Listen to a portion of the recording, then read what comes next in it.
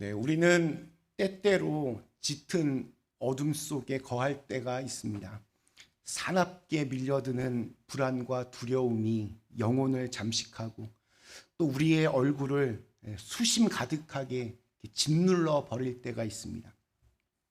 한 개인의 삶에도 또한 공동체와 나라에도 그러한 순간들이 찾아옵니다. 그렇게 암흑으로 가득한 공간에 주님의 오심을 기다리며 우리는 오늘 거룩한 마음으로 기쁨의 불을 밝혔습니다. 기쁨의 근원은 예수 그리스도이심을 믿기에 그분으로 말미암아 우리의 삶이 보다 좀 따뜻하고 넉넉하고 또 활기찬 미소로 가득할 수 있는 은혜가 있기를 간절히 축원합니다. 기다리는 사람들, 오늘 세 번째 시간입니다. 자, 많은 사람들이 있겠지만 예수님을 뱃속에 품고 있었던 마리아만큼 예수님의 탄생을 간절히 바랬던 사람은 없었을 것입니다.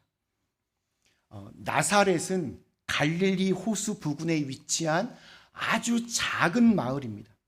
지금이야 나사렛 그러면 예수님의 고향 굉장히 유명하지만 본래 나사렛은 별로 특별할 것이 없는 시골 마을이었습니다. 나사렛이 어느 정도로 볼품없는 도시였는가 하면 예수님의 제자 빌립이 그의 친구 나다나엘을 찾아가서 우리가 메시아를 만났다 이야기하며 그가 바로 나사렛 출신 예수다라고 했을 때 나다나엘은 굉장히 시니컬하게 웃으면서 나사렛에서 무슨 선한 것이 나올 수 있겠느냐 이렇게 비웃었을 정도였습니다. 이처럼 아무도 관심을 갖지 않는 볼품없는 마을에서 자라고 있는 평범한 소녀 마리아에게 하나님의 천사가 찾아왔습니다. 가브리엘이라는 천사가 찾아왔습니다. 그리고 소식을 하나 전해주었습니다. 그것은 그 처녀 아가씨가 임신을 해서 곧 남자아이를 낳을 것이라는 소식이었습니다. 그 처녀 아가씨는 다윗의 자손인 요셉이라는 남자와 약혼을 한 사람입니다. 이제 결혼을 곧 앞두고 있습니다. 그런 여자에게 갑자기 임신 소식이 전해진 겁니다. 우리 카톨릭 국가에서는 마리아에 대한 존경과 숭배가 대단합니다. 마리아는 인간 중에서 가장 축복받은 여인이라고 그렇게 평가가 되고 또 하나님의 어머니, 성부, 성자, 성령, 그래서 하나님의 어머니라는 칭호를 들으면서 정말 카톨릭 신자들에게 거의 예수님보다 더한 그런 숭배를 받기도 합니다. 수백만 명의 순례자들이 몰리는 마리아의 성지도 세계 곳곳에 수도 없이 많이 있습니다.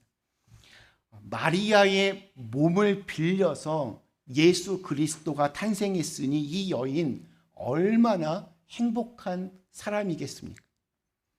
그런데 과연 그때 당사자 마리아는 당시에 천사가 전해준 소식이 마냥 좋게만 들렸을까요?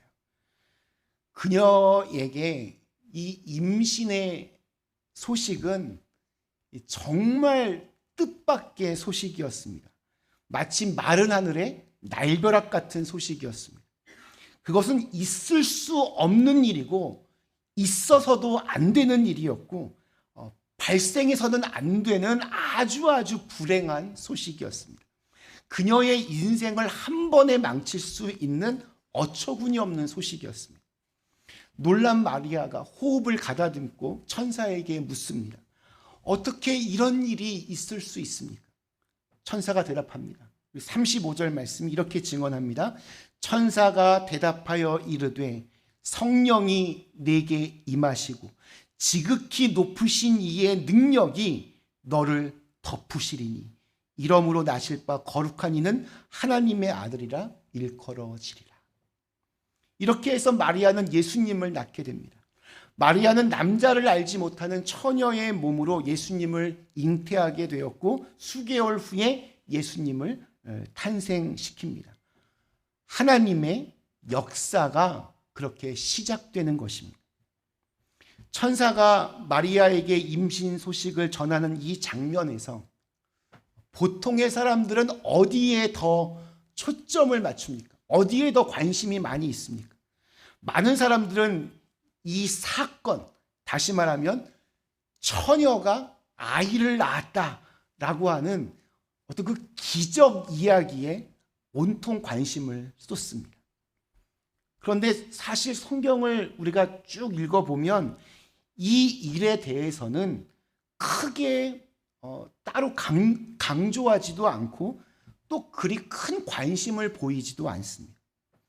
이 대단한 기적 이야기를 좀 더 그럴싸하게 세련되게 포장하지도 않고 또 과장하지도 않습니다. 그냥 툭툭 그때의 일을 담담하게 전할 뿐입니다. 성경이 관심을 가지고 우리에게 전해주고자 하는 것은 그것이 하나님의 능력이며 하나님이 그 일을 시작하셨다는 것입니다. 우리에게 뜻밖의 소식, 기쁨의 소식은 처녀가 아이를 낳게 된다는 기적의 소식이 아니라 하나님의 성령이 내게 임하시고 더없이 높은 분의 능력이 우리를 감싸줄 것이다 라고 하는 소식입니다. 다시 말하면 하나님이 인간의 역사에 직접 개입하셔서 관여하시고 그리고 하나님이 스스로 인간의 역사를 주도하시겠다는 소식입니다. 우리 주위에 믿음이 좋은 분들 이렇게 보면 인생을 살아갈 때 정말 담대하게 살아갑니다. 왜냐하면 하나님이 시작하셨으니 하나님께서 완성하실 것이다 라는 믿음으로 살아가기 때문입니다. 그래서 사도 바울은 우리 빌립보서 1장 6절에서 이런 고백을 남깁니다. 너희 안에서 착한 일을 시작하신 이가 그리스도 예수의 날까지 이루실 줄을 우리는 확신하노라. 하나님께서 우리 가운데 좋은 일을 시작하시고 그 일을 완성하실 것이라는 기대를 가지고 살아야 합니다. 우리의 삶 속에 찾아오시는 주님의 은혜를 좀 더 간절히 사모해야 합니다. 주님은 우리들 가운데에서 이미 그 선하신 일을 시작하고 계십니다.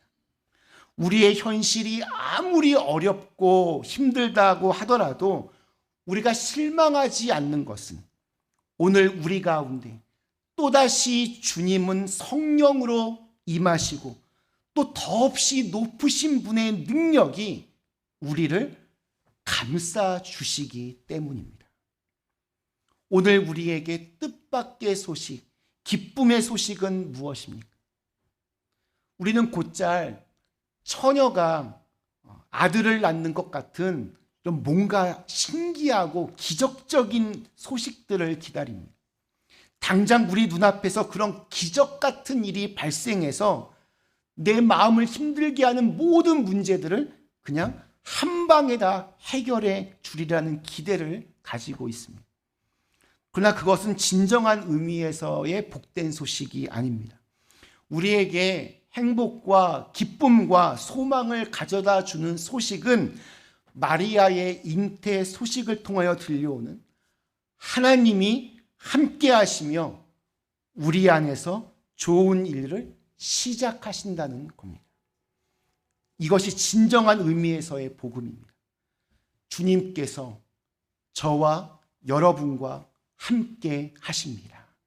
이렇게 하나님이 시작하신 하나님의 일은 놀라운 방법으로 이어지고 또 완성됩니다. 혹시 한국 최초의 목사님이 누구인지 아십니까? 한국 목사님. 1901년 감리교회에서 목사로 안수받은 김창식, 김기범 두 분이 그 주인공입니다. 그 중에서 이 김창식 목사님은 1924년 정년 퇴임할 때까지 125개의 교회를 개척하고 48군데의 예배당을 건축해서 당시 그 선교사들에게 조선의 바울이라고 하는 명칭을 들었던 사람입니다. 특이한 것은 그분은 머슴 출신입니다. 머슴 출신이 이 땅 그 한반도 최초의 목사가 되었습니다. 원래 그는 기독교인이 아니었습니다. 그는 배운 것도 없고 가진 것도 없는 사람으로서 그냥 평생 머슴으로 태어나 머슴으로 살던 사람이었습니다. 전국을 떠돌아다니면서 살던 사람이었습니다. 그가 서울에서 머슴살이를 하며 살아갈 때 당시 서울에서는 그 서양에서 온 그냥 코 이렇게 막 크고 막 머리는 금발이고 눈은 막 크고 이런 서양 선교사들이 아이를 잡아먹어서 얼굴이 그렇게 된 거다. 뭐 이런 헛소문이 떠돌고 있었습니다. 그래서 이 김창식은 그 소문을 고지곳대로 듣고 선교사들의 비리를 내가 한번 캐보겠다. 그 생각에 올린거라고 하는 선교사 집에 머슴으로 위장 취업을 해서 그곳에서 살게 됩니다. 그러나 결국 소문이 그 아이들을 잡아먹어서 얼굴이 그렇게 된 거다. 이 소문이 거짓말임을 알게 되고 특별히 선교사들의 삶에 감동을 받습니다. 그는 조선의 양반들이 자기를 사람 취급하지 않고 정말 함부로 대하는 늘 거기에 익숙해져 있었는데 선교사들은 그를 아주 정중하게 대하고 예의 바르게 대하는 것을 보면서 감동을 받습니다. 그리고 선교사들이 믿는 그 하나님이 무엇인지 그 종교가 무엇인지 관심을 갖게 되었고 그 선교사 집에 위장 취업을 한 지 2년 만에 개종을 결심하고 세례를 받고 교인이 됩니다. 세례를 받고 신학까지 공부해서 1901년에 정식으로 목사 안수를 받아서 한국 최초의 목사가 됩니다. 한국 교회 전 세계 가장 큰 교회 중에 10개 중에 몇 교회는 한국 교회라고 하는데 한국 교회 최초의 목사가 머슴 출신이었다는 것, 이거는 참 우리에게 많은 것을 시사해 줍니다. 이 초대 한국 교회의 역사가 말해주는 것은 분명합니다. 결국 하나님 나라의 사역은 하나님으로부터 은혜를 입고 철저하게 변화를 경험한 사람으로 인해서 진행되어지고 있다는 사실입니다. 모든 교회의 역사가 그렇습니다. 우선 은혜를 받고 그 은혜가 철저하고 분명한 내 삶의 변화를 만들어냅니다. 마음이 바뀌니 살아가는 모습이 바뀌게 되고 한마디로 새 사람이 되는 것입니다. 자, 마리아가 천사로부터 모든 이야기들을 들었습니다. 자, 근데 이게 알듯 말듯 사실 100% 이해가 되지는 않았습니다. 납득할 수 있는 설명을 듣고 싶었을 겁니다. 그런데 하나님이 함께 하신다. 성령의 권능이 너를 덮으실 것이다. 무슨 말인지 여러분은 이해가 되십니까? 밑도 끝도 없는 이런 말들 외에는 천사가 해준 말이 없었습니다. 왜 마리아가 납득할 수 있도록 그렇게 설명하지 않으셨을까요? 하나님이 하시는 일은 애시당초 설명할 길이 사실 이게 쉽지가 않습니다. 생각해 보십시오. 남자를 알지 못하는 여자가 아들을 낳는다? 이걸 어떻게 이성적으로 설명하실 수 있겠습니까? 하나님의 은혜를 내가 받았다. 이거 어떻게 다른 사람에게 설명하실 수 있겠습니까? 영원 무궁한 천국을 내가 믿는다. 이거 어떻게 자녀들에게 알려주실 수 있으십니까? 사람은 시간적인 존재입니다. 시간이라고 하는 범주 안에서 살아갑니다. 시간과 함께 태어나 늙고 죽습니다. 그런데 하나님의 나라는 영원 무궁합니다. 여기서 영원 무궁이라고 하는 것은 시간이 계속 이렇게 진행되는 것이 아닙니다. 아예 시간의 차원을 뛰어넘어서는 것입니다. 시간의 제약을 받지 않는 세계, 시간을 초월하는 세계. 그러니 시간이라고 하는 그 범주 안에서 살고 있는 사람이 그 시간을 초월하는 영원이라고 하는 개념을 정확하게 이해할 수가 있겠습니까? 아무리 장황하게 설명해도 알아듣지 못합니다. 그러나 분명히 알아야 합니다. 처녀가 아들을 낳았다는 것만 설명이 안 되는 게 아닙니다. 하나님이 하시는 일은 보면 대부분 다 설명이 안 됩니다. 제가 예수를 믿고 성경 말씀을 믿고 또 목사가 되었다는 거 정말 설명이 안 됩니다. 여러분이 지금 하나님을 믿어서 이 궂은 날씨에 이곳에 와서 예배를 드린다는 거 설명 잘 안 됩니다. 베드로나 요한이 예수님을 따라 나선 것도 설명이 안 됩니다. 자기 집도 버리고 배도 버리고 그물도 버렸습니다. 물로 포도주를 만들었던 것도 설명이 안 됩니다. 예수님이 오병이어의 기적을 베푸신 것도 이거 설명이 안 됩니다. 예수님이 3일 만에 부활하신 것도 설명이 안 됩니다. 온 세상이 어떻게 만들어졌는지 이건 아무도 설명할 수 없습니다. 생명이 어떻게 시작되었는지, 어떻게 탄생했는지 설명할 수 없습니다. 정말 그렇습니다. 하나님이 하시는 일은 이해되지도 않고 설명되지도 않습니다.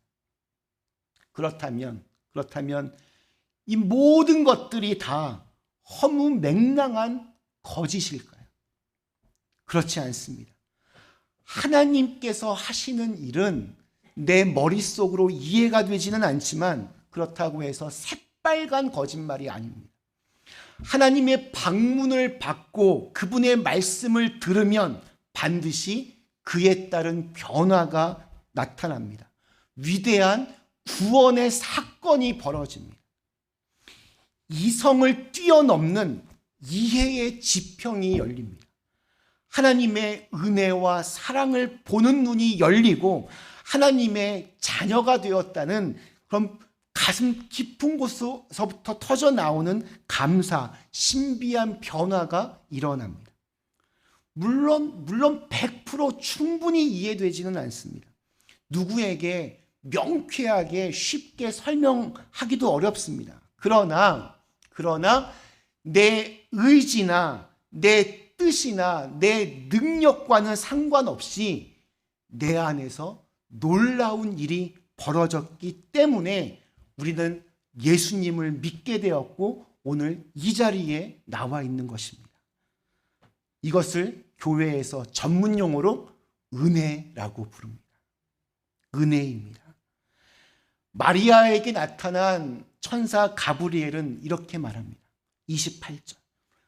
은혜를 받은 자여 평안할지어다. 주께서 너와 함께 하시도다. 30절에는 또 이렇게 말합니다. 천사가 이르되 마리아여 무서워하지 말라. 네가 하나님께 은혜를 입었느니라. 하나님의 은혜를 입은 마리아를 통하여 예수님은 인간의 몸으로 우리들 가운데 오셨습니다. 그리고 인간의 역사 한 복판에서 하나님의 나라를 선포하시고 이루어가고 계십니다. 은혜란 죄로 말미암아 죽을 수밖에 없는 죄인에게 하나님께서 거저 주시는 호의입니다. 즉 은혜를 입었다는 것은 뭔가 되어지는 일이 내가 뭔가 열심히 해서 된 것이 아니라 하나님의 선물로 되어졌다는 겁니다. 정말 그렇습니다. 마리아가 처녀의 몸으로 임신한 것은 그녀가 원해서도 아니었고 그녀가 노력해서도 아니었습니다. 전적으로 하나님께서 그렇게 하셨습니다. 이 세상에는 많은 종교가 있습니다. 그러나 기독교를 제외한 모든 종교에서는 은혜라고 하는 개념을 찾기가 굉장히 힘듭니다. 불교는 구원을 받기 위해서 피안에 이르는 8개의 길, 또 이슬람교는 계율, 코란, 유대교에서는 율법을 가르칩니다. 근데 그들의 교리에서는 은혜라고 하는 단어를 찾을 수가 없습니다. 즉 다른 종교들은 죽은 후에 좋은 세상으로 가기 위해서는 스스로 열심히 노력하고 돌을 갈고 닦아야 한다라고 말합니다.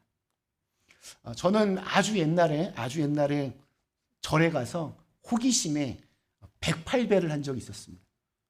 혹시 해보셨나요? 해보신 적 있으십니까? 108번. 108번을 절을 하는 겁니다. 엄청 힘듭니다. 그때는 젊을 때라 아주 몸도 팔팔할 때인데 중반 이후부터는 다리가 후들후들 거렸습니다. 지금이면 못할 것 같습니다. 그런데 사람들이 왜 그 힘든 108배를 합니까?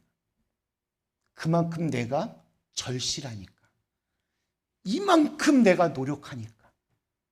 그러니까 내 소원을 들어달라는 겁니다. 내 몸이 힘든 만큼 받을 수 있는 보상도 크다라고 생각합니다. 그러나 기독교는 다릅니다.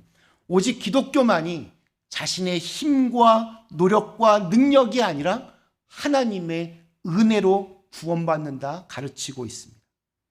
그런데 마리아가 은혜를 받은 내용이 무엇입니까? 우리 31절, 보라 내가 잉태하여 아들을 낳으리니 그 이름을 예수라 하라. 처녀가 아이를 낳을 것입니다. 근데 이것이 정말 은혜로운 소식입니까?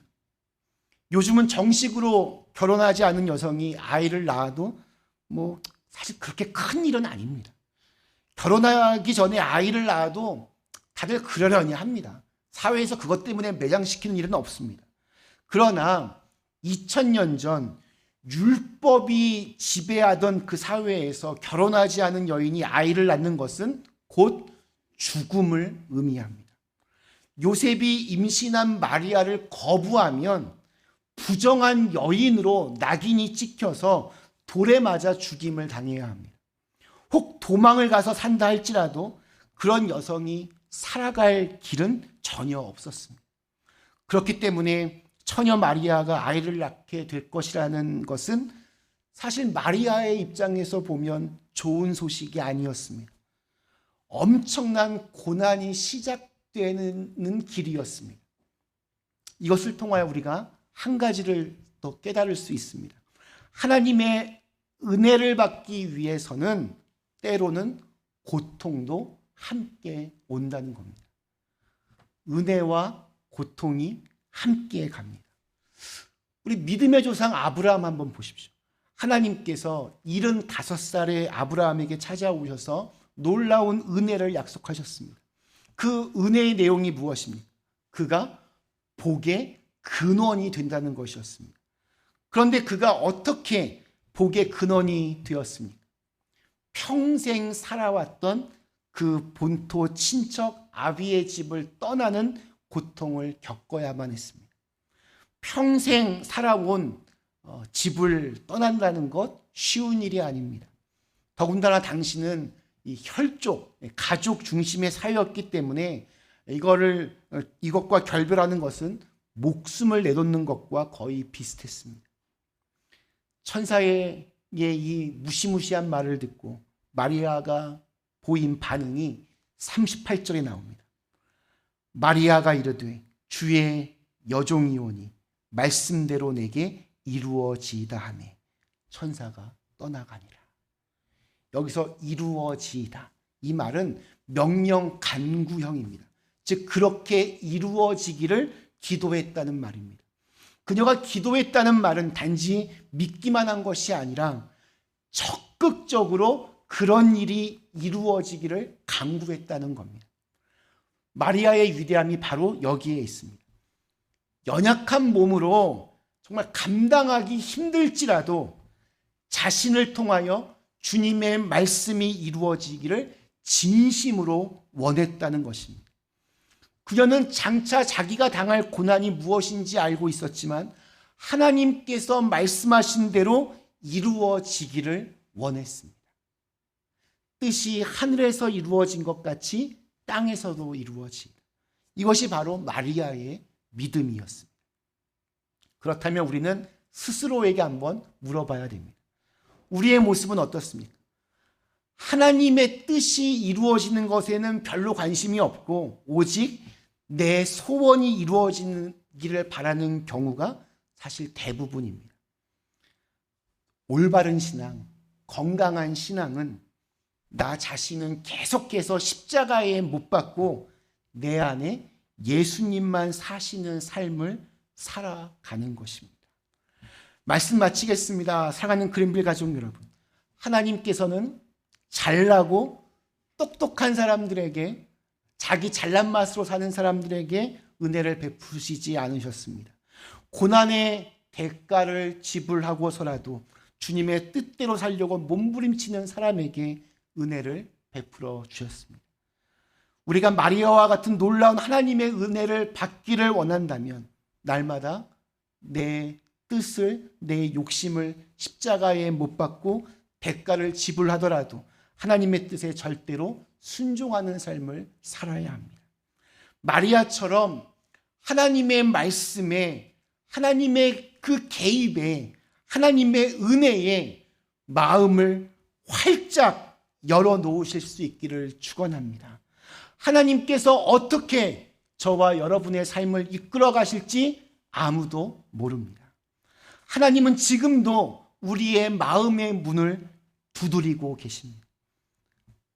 너와 함께하고 싶다고, 너의 삶에 개입하고 싶다고, 내 삶 속의 구원이라고 하는 이 위대한 파격을 행하고 싶다고 마음의 문을 두드리고 계십니다. 하나님의 방문을 받는 것은 우리가 경험할 수 있는 최상의 축복이고 가장 근원적인 은혜입니다. 우리 모두에게 이러한 은혜가 있기를 주님의 이름으로 간절히 축원합니다. 우리 주신 말씀을 생각하며 잠시 함께 기도하겠습니다.